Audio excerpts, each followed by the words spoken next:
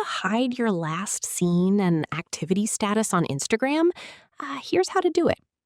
First, open the Instagram app. And on the bottom right, you will see your profile icon. Tap on it.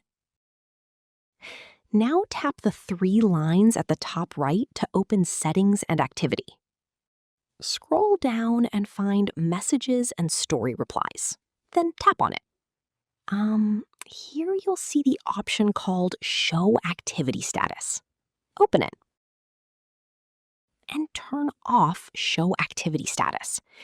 Once you disable this, others won't be able to see your last seen or online status on Instagram.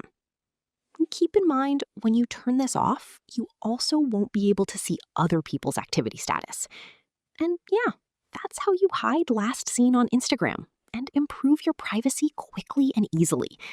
If it is helpful to you, then like and subscribe to my channel for more information.